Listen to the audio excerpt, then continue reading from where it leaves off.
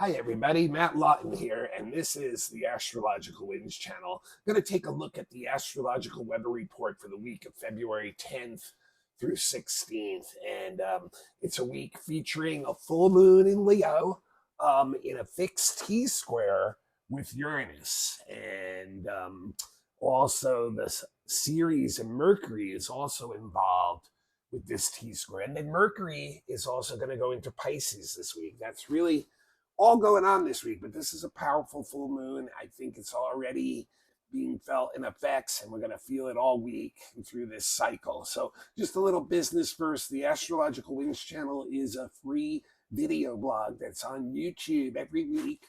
And if you have a YouTube account and you like what you see, I'd really like you to become a follower. And don't forget to turn your notifications on, or you won't know when the blog is posted. Also, the blog was a podcast for many years before it was a YouTube channel, and it still is put out on podcasts, just the audio version only, obviously, but that frees you up to be able to be doing something else while you're listening to the blog, going to the gym or whatever it may be. Also, the Astrological Winds channel has its own Instagram page. I do post the link in the newsreel every week there. Sometimes I do post some extra comments there. And the best place to find it besides YouTube is on my website, and that's www.astrologicalwinds.com. That channel, astrologicalwinds.com. And that the website has a tab at the top that is the blog tab. You hit that, the current blog will be up, and then probably about 3 months prior too. So if you need to go back and check any of the past blogs out, monthlies or whatever, they're all there. They're all available. Don't forget to check out the calendar tab too. I give a little bit about the weekly calendar and the Earth holidays that go on each week. So that's always cool to check out. And remember what I ask everybody to do. This is a free service, so I ask everyone to pass the link along to somebody else they think might be interested in it. That's the way I get it to grow. I really appreciate when you do that. Also, the website has all my professional services listed on it, and I'd love to do your chart or someone else's. I'm going to be starting beginner classes up live monthly, probably in March. So if you want to jump on that bandwagon, get on that too. Also, if you have a group that's looking for some kind of event, a speaker, I'm available for that too. So just check my website out. My email is there. The contact is matthtue823@gmail.com. All right, remember guys, if you don't know astrology well, don't get stuck on the terms. You want to hear what the interpretation of the energy is so that you're aware of it this week and you can work with it, right? And remember, you have stuff going on in your own chart too that also affects your week. This isn't the only thing. So, if it's not a pure energy for you, well, yeah, that's because there's stuff going on in your chart too. And that's why it's good to get that reading done. Start to learn your chart and understand it. All right. So like I said, we've got the week on Wednesday is going to have a full moon at 25 degrees of Leo. And just like last week, the Sun and Mercury are really close together this week. Remember, they had their superior conjunction yesterday, Sunday. So they were actually conjunct. So basically, the week starts off with the two of them moving together. And if you look at the full moon, remember the moon is opposite the sun with a full moon, right? So you have the moon on one side and the sun on the other side. And the sun is also conjunct Mercury on this side and the asteroid Ceres. And then Uranus is in a T-square, 90 degrees to both of them, right? So the first thing that happens is Monday, today, Mercury has its exact hit to Uranus first, the square to Uranus. And so Mercury and Uranus are both about the mind, the Mercury is about the intellect and Uranus is about the intuition. And so when they get together, there can be some really brilliant insights and perceptions that come at us very, very rapidly. Now, the thing is, when it's a square, it's too rapidly.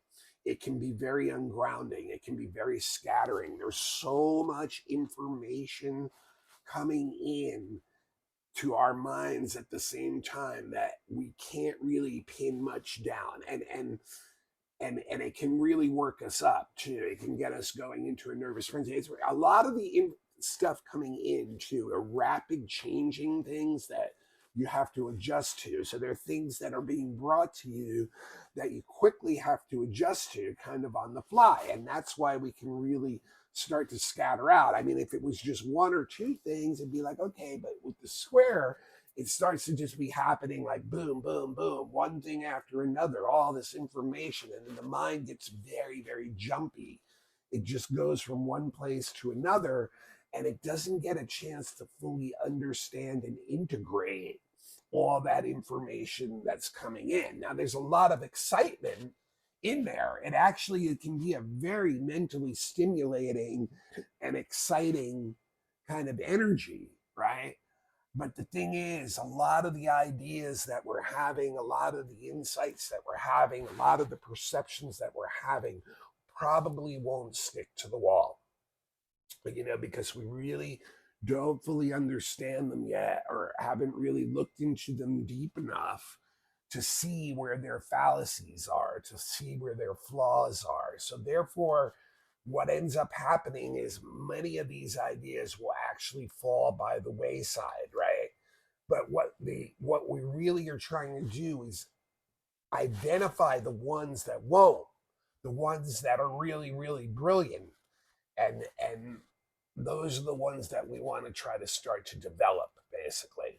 But this can also make our thinking and our speaking and our movement all very rapid, reactive, and that can set us up for mistakes and false starts and accidents, all from deciding too quickly on all this stuff that's moving so quickly through us. So it's not easy to discern this kind of like what's valuable and what's not, because we are going to be in this nervous frenzy, and it can make us inconsistent. It can make us unreliable. It can make us even rebellious. Is really the truth of the matter. And then the other thing about Mercury and Uranus get together is usually your plans don't work out as you expect them to. And this is another thing that can be very stressful. You can get a lot of little surprises, which can be annoying, and particularly, it really depends on your attitude and how you feel about change, because Uranus is going to bring in these quick mental changes that are surprising.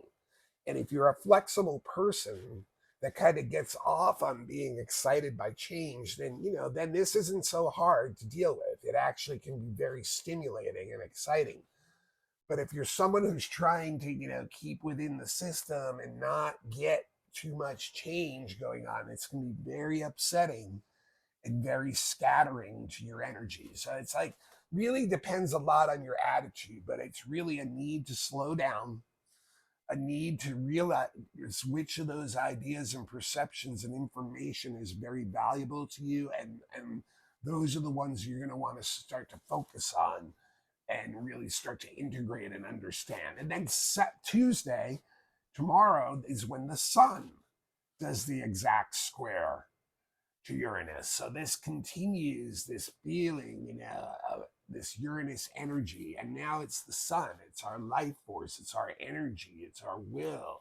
It's where we're going that's going to be affected now. And this is and Uranus is really about independence and freedom and being untied from any shackles that are holding us down, rebelliousness against restriction. So when the sun gets there and it hits it with a square again, which is the tension and stress building up, it's like we're having a need to really be independent and free of any situations or people that somehow may be holding us back as far as we're perceiving it. And if we don't do this, this is when we can get very, very rebellious, and we may even create some upsetting scenes. We may really rock the boat, so to speak. But once again, just like on Monday, there's going to be surprises throughout your day.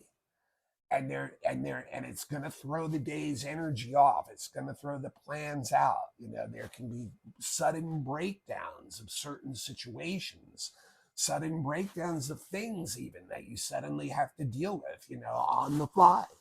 And then that, when we're dealing with stuff on the fly, it can very times be very reactionary and very scattering. So, and then this one too, because it is the sun, and we get this rebellious kind of independent attitude, that can get us insensitive to our effect on others, and therefore it can stress relationships out too. And especially if we're feeling that any people are blocking us, that anybody who's restricting us, and in particular that can be authorities, or it can be people who are close to us. Like, we may actually have a lot of built up anger even that's been inside us, maybe building towards a loved one. And this is the kind of energy where you all of a sudden it may just explode temperamentally and come out very rapidly and surprise the other person. So you have to be really careful with this. But the best way to deal with Uranus energy like this is to really embrace change. I mean, I honestly think you guys have heard me say this before. It doesn't matter what the aspect is, no matter how difficult it is, we can work with these things. And the way to work with a Sun Uranus aspect is to actually embrace the change, to seek it out, to work with this energy instead of resisting it. And I'll tell you, when you do that with Uranus and the sun in particular together, some of your natural abilities will start to come out and shine. And it can show you the unique talents that you have to others, that and even in chaotic situations where you can still deal with the situation in a way. This is but once again, we have to be really careful about being too impulsive and about being accident prone and making mistakes. If we act out impulsively, if we act out of feelings that are being repressed, then we're just projecting turmoil that's inside and unresolved in us to the outside, and that can drive people away. We just need to realize we're all going to be feeling very individualistic this week, and we need to honor each one the other's uniqueness, not try to restrict or hold down anybody in order to do that. That's how we would work best with this energy. And then Wednesday, it all peaks out with the full moon at 25 degrees Leo. Like I said, it'll be opposite the sun and Mercury in Ceres over here and square that Uranus. So we are in what we call a fixed T-square, which is a square of great tension. And it's a square where a lot of the things we're used to are breaking apart, and Uranus is going to rip them apart, and this can be really shocking. It can really get you super shocked at some of the things that can be going on, all hitting us at the same time. And now the moon's involved. So this can get us really emotionally worked up. And with a full moon, most people overreact even with a full moon, and people act out publicly, even can be seen by others. Well, you add Uranus in here, and it's a wild card how people may act out on this. This is highly volatile emotions, we have to remember, that when you look at your own chart, find out where 25 degrees Leo and Aquarius are. They're forming an axis. That is the creativity axis. The two houses that 25 degrees Leo and Aquarius are in, that's the axis and the houses of your life where this Leo full moon energy is really coming through. And what does that Leo moon want? It wants recognition. It wants to be respected and loved for the person it is and the talents and uniqueness that we have. It's a look at me kind of moon. And then it's a full moon, which is a double look at me. And then it's Uranus, which is triple look at me. So this is really a full moon that's really, really subjective. That's really about me, me, me. And it really needs that recognition to feel secure. It needs love to feel secure. And it wants to see that outside in the public in the full moon. And meanwhile, the sun in Aquarius is sitting over there going, yeah, that's really, really great that you have all these talents and stuff, but what are you going to do with it? Are you going to just use it for yourself and be all about yourself and selfish? Or are you going to take that stuff and bring it out into the world and get to work with your creativity and help change things not only for yourself, but for all the energy of the around you and the people that you influence around you, and even for the greater good. Aquarius is a very social sign, and it wants to know what value the things that you're doing have for everybody. So, the you know the moon in Leo really has that need to feel special, though, and has a lot of pride in the things that it does. It really wants to show it, and it will exaggerate that if it's not feel like it's getting it. It can become pompous, it can become arrogant, it can become self-righteous in its attitude. And meanwhile, the sun in Aquarius is like, just as stubborn in the way of the things that it believes in about getting those talents to work to improve things around us. It's interesting because kind of like the Mercury square Uranus on Monday, Aquarius has a lot to do with our intellect, right? And Leo has a lot to do with our intuition. So once again, it's trying to find the right balance between those things. Now, Aquarius does have a lot of affinity with Uranus. So it's not like this is impossible. We just need to find the right flow of what our intuition is feeding our intellect and remain within balance and discipline with that. And that's where Aquarius can help out with that serious attitude. Aquarius wants the proof that it's going to work good, and Leo is kind of like, just go for it. Leo's got this really playful spirit. It's like, go, I believe in it. I believe in myself. It'll work out. It'll happen. And Aquarius has kind of got this cool, disconnected spirit, like, prove it to me. So yeah. So these changes now, basically that we're going through are going to be very rapid because of all this Uranus energy. And so here's where I think Ceres comes into. Ceres conjunct Mercury and the Sun and squaring Uranus and opposite the moon. And what I think a lot of the changes that are going on that we're feeling inside is that we are feeling really threatened about having our needs met. Our basic needs even are feeling threatened right now. We take a look at the world around us, and it's becoming more and more difficult for a lot of people to make ends meet, and to get the things that we want, to have the things that we feel secure with.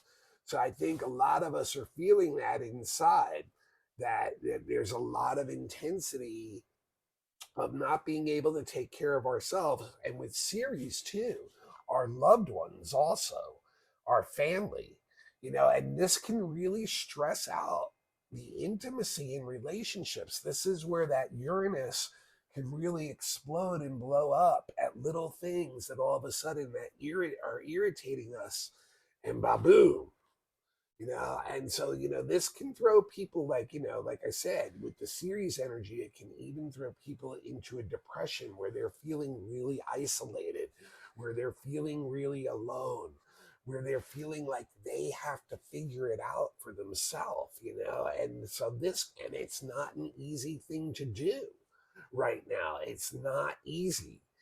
But it's interesting when I think about this, in the United States here, with the new administration and a lot of the things that they've announced in the last week or two. And like I said, I think we really see this full moon already coming into effect because of some of the shock of some of the announcements that they're trying to, implement new policies. And that's probably what's making a lot of people feel this way, feeling like the economy is not going to get better, that it's going to be more difficult, that life is going to be more of a struggle, that it's going to be harder to get the things we need to get by. So this, it's really, really not helping when that kind of energy is being blasted on us, blasted on us, blasted on us. And like I said, a lot of times we get really reactionary then, and we may do things that we regret. So it's like, but the answer to all this energy, once again, is to tap into our own intuition, into our own creativity, into our own individualistic gifts, and find the little niches where our talents can help get us through a time of tumultuous change. I mean, really, a lot of this is being, coming down to like the thing of like we're being told, hey, we're somewhat on our own in these times that are really hard. And like trying to find something that gives us recognition emotionally may not be the easiest thing to do, but like we need to see if we can merge our need to have the reliable resources with everyone else around us. I mean, we can have some incredible visions with this Uranus energy on how things can work out with this Aquarius energy. But right now, it's really, really choppy. It's really choppy. And so you need to try to find the ideas, the people, the situations that you feel are the most solid and where you can integrate some of your creativity and make some of the changes you need to make for you and your loved ones. And, it's interesting too, because the ruler of this full moon is actually the sun itself. So to me, that's showing once again, it's our own unique talents, the sun in Leo, that we have for ourselves.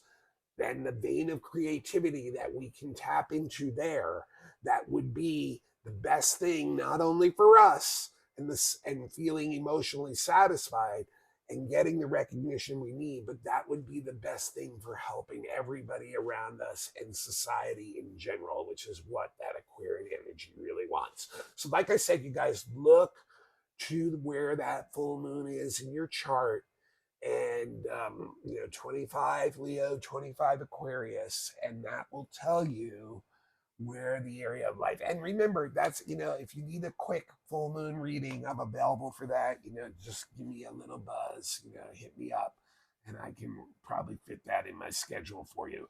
Otherwise, not much else going on this week. Friday is the only other thing I want to talk about is Mercury changing signs, and it's going into Pisces, and it will be in Pisces for about 3 weeks. And then it'll go into Aries in early March, and that's where it's going to go retrograde. In fact, be prepared in March, guys. We're going to have another double inner planet retrograde. Remember how difficult that was in December with Mercury and Mars? Well, in March, we're going to have Venus and Mercury. So Mercury will go into Aries, and then it will go retrograde while Venus is retrograde. And eventually it is actually going to go back into Pisces for a few weeks. I think it's 2 weeks in early April, if I remember right, where it retrogrades back into Pisces. So Mercury, not happy in Pisces, not the normal Mercury anyway.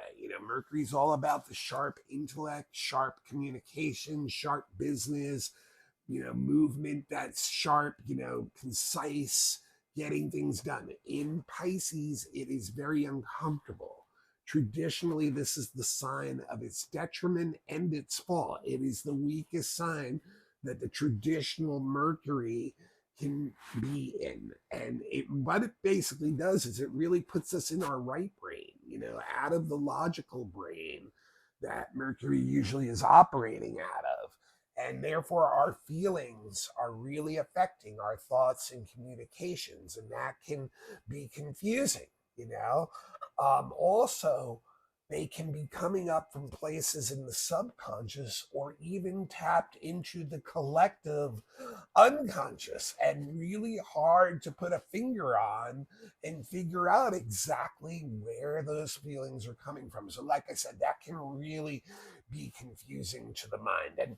And the best thing about Mercury in Pisces is it is a very creative mind. This is where, you know, people who work with words creatively, poetry, story writers, creative writers, rappers, you know, people like that, you know, this, you can really tap into like a creative well of energy. But that stuff doesn't really relate well to cool hard facts of reality and intellect. So for the next 3 weeks, our mind will probably be in this dreamy state, and it's great for that artistic energy, but it's not going to be great for normal communications. Now, non-linear communications actually may be heightened during this time. Things like telepathy, you know, and the ability to communicate with beings that don't use linear communication as frequently or as well as we do is a possibility also. Also a great time to study things that are creative or artistic, or for many people spiritual in nature, you know, things that, you know, really inspire us basically. So, and then sometimes with this, people from the past can come up again, and their ideas can influence our lives, you know, and you know, and then we can see the way that not only has the past influenced our lives through individuals, but also through society itself and the institutions of society and the belief systems that are behind them. We can really kind of get another viewpoint of seeing that stuff from another way. All right, well, that's what I got for this week, you guys. This is Matt Lawton. This is the Astrological Winds channel, and you are going to pass the link along to somebody else right now. And I will really appreciate that. And that would be a great way to pay me back for this service. If you'd like to give a donation, no donation is too small, you guys. Even a couple bucks is fine. My Venmo handle is at the symbol A, capital M, Matthew with 2 T's, and then a hyphen in the middle, Lawton, capital Lauten. And then my Cash App, almost the same thing, just that $, Matthew Lawton, all one word, no hyphen that time. Like I said, 2 T's, capital M for Matthew, and then it's Lauten. The best way you guys can support me is to, when you're ready to get a reading, or if you know someone who's ready to get a reading, I've been a professional astrologer for over 20 years with 7 years of schooling and training, and I do all kinds of readings. So if you check my website out, www.astrologicalwinds.com, the menu is there with the prices. I can work with you if you need to do payments or whatever. Also, if you have a group that's looking for a speaker or a class, a lecture, I'm available for things like that. That can even be done on Zoom or things like that. Also, looks like I'm going to finally be starting beginning astrology classes live next month. So anyone else interested in that, please contact me soon.